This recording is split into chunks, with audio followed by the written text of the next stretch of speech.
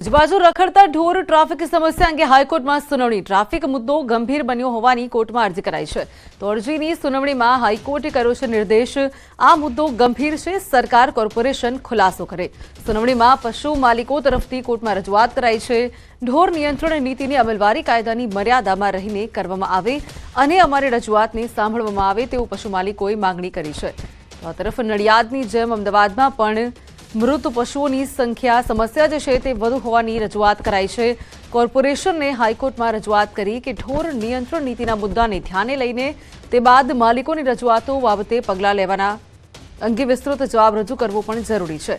तो आ तरफ हाईकोर्टनी पशु मालिकों ने टकोर है। एक बाजू कोर्ट में विनंती करो छो अने बीजी बाजू नीतिनी अमलवारी थती रोकवा माटेना पगला लो छो, एवं चलावी नहीं लेवाय। तो વધુ સુનાવણી 22 ડિસેમ્બરના રોજ હાથ ધરાશે। હિટ એન્ડ રનના બનાવો અમદાવાદમાં વધ્યા હોવાની પણ અરજી આવી હતી। તો અઠવાડિયામાં અકસ્માતના 20થી વધુ મોતની રજૂઆત હતી। અમદાવાદમાં ઘણા વિસ્તાર અકસ્માત માટે હોટસ્પોટ બન્યા હોવાની પણ અરજી આવી હતી। તો રખડતા ઢોર અને એક તરફ ટ્રાફિક અંગે હાઈકોર્ટમાં જે છે તે અરજી કરાઈ હતી। હાઈકોર્ટનો સરકાર તથા મનપાને નિર્દેશ અપાયો છે। तो आगे वधु बात करिए, फोनलाइन पर मौलिक जोड़ाया है। मौलिक, रखड़ता ढोर ने ट्राफिक अंगे हाईकोर्ट में अरजी कराई हती, मनपा पासे निर्देश जे छे मांगवामां आवे छे हाईकोर्ट तरफथी, शुं छे विगतो? दानवी छेल्ला घणा समयथी हाईकोर्ट में रखड़ता ढोर, पार्किंग अने ट्राफिक मुद्दे जे पीआईएल चाली रही है तेमां अलग अलग मुद्दाओं बाबते रजूआत थी।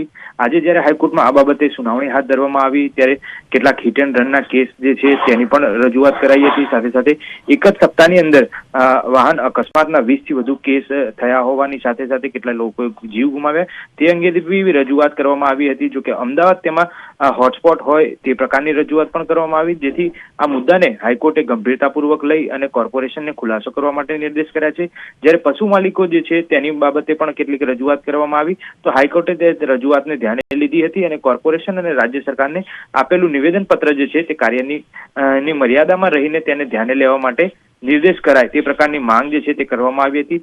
સાથે નડિયાદની જે આ વાત છે જેમાંથી મૃત પશુઓ મળી આવ્યા હતા તેની સમસ્યા બની બાબતે પણ રજૂઆત કરાવી। જો કે ઢોર નિયંત્રણ નીતિ જે છે તેની અંદર જે મુખ્યત્વે સાંભળવાની વાત હતી તે પ્રમાણે પશુ માલિકોને પણ સાંભળવામાં આવ્યા। કોર્પોરેશનને હાઈકોર્ટ તરફથી એવી રજૂઆત કરવામાં આવી કે ઢોરમાં નિયંત્રણની નીતિ મુદ્દાને જે ધ્યાનમાં લેવામાં આવી છે તે બાબતે કેટલાક વિસ્તૃત જવાબ જે છે તે પણ આગામી સમયમાં પોતે રજૂ કરશે। એટલે કોર્પોરેશન હવે પોતાના જવાબમાં શું રજૂ કરે છે તે જોવું રહ્યું। જો કે હાઈકોર્ટની ટકોર એટલી પણ રહી હતી પશુ માલિકોને કે જે રીતે રજૂઆત કોર્ટ તેમની સાંભળે છે, વિનંતી કરો છો, બીજી બાજુ નીતિ જે છે તેને રોકવામાં ક્યાંક અડચણરૂપ બનો છો તે ચલાવી લેવાય નહીં, જેથી હવે પછીની સુનાવણી જે છે તેમાં હાઈકોર્ટમાં પશુ માલિકો અને કોર્પોરેશનના કેવા કેવા પ્રકારના મુદ્દાઓ જે છે તે સામે આવે છે તે 22 ડિસેમ્બર ઉપર સુનાવણી હાથ ધરવામાં આવી છે ત્યારે ખ્યાલ આવશે। ચોક્કસ મૌલિક જોડાઈ સમગ્ર માહિતી આપવા બદલ આપનો આભાર।